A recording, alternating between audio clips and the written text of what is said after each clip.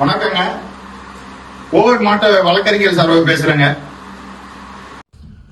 பல்வேறு கட்ட போராட்டத்துக்கு அப்புறம் ராஜீவ்காந்தி கொடுத்த புகார் மீது வழக்கு பதிவு செய்யப்பட்டதா இப்ப காவல்துறை ஒரு எஃப்ஐஆர் வெளியிட்டு இருக்காங்க.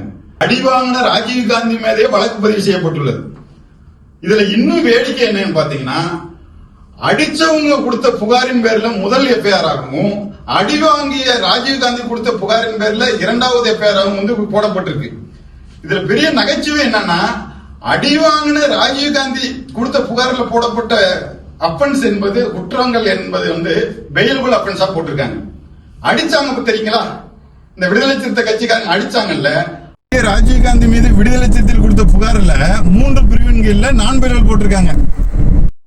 இதுல மிகப்பெரிய நகைச்சுவை என்னன்னா, இப்ப அவங்க கொடுத்த புகார் இருக்குல்ல, விடுதலை சிறுத்தைகள் கொடுத்த புகார்ல அவர் ஒரு விஷயத்தை போய் குறிப்பிட்டிருக்காரு.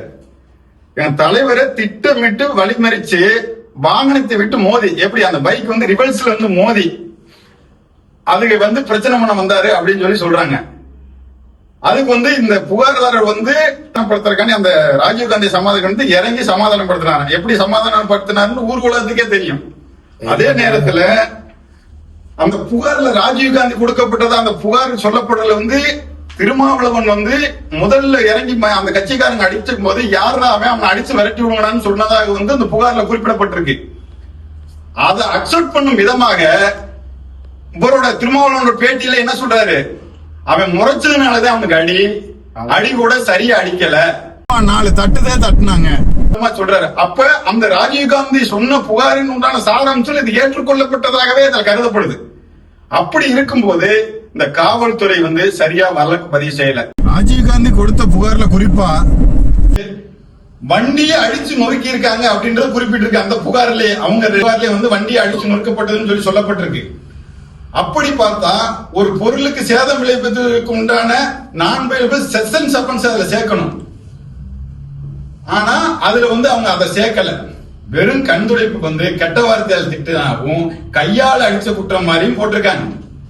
இதுல இருந்து இந்த தமிழ்நாடு காவல்துறையோட நேர்மை சரியான விசாரணை எப்படி போன்றது மக்களுக்கு உங்களுக்கே தெரிய வரும்.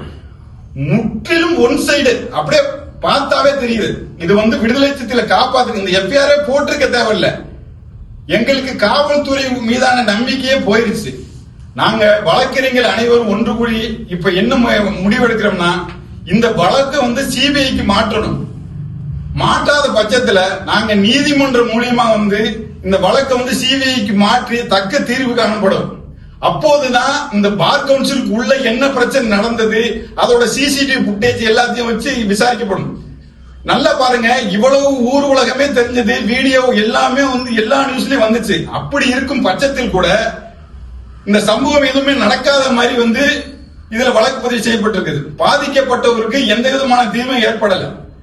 முற்றிலும் விடுதலை சிறுத்தை கட்சிக்காரங்களை காப்பாற்ற வேண்டும் என்ற நோக்கத்தோட இந்த வழக்கு பதிவு செய்யப்பட்டுள்ளது. ஆனால் கோவை மாவட்ட வழக்கறிஞர்களா கண்டிக்கிறோம். இந்த வழக்கு அடுத்த கட்டமா நாங்க சிபிஐக்கு கொண்டு வரக்கூடிய அனைத்து முயற்சியும் செய்வோம்.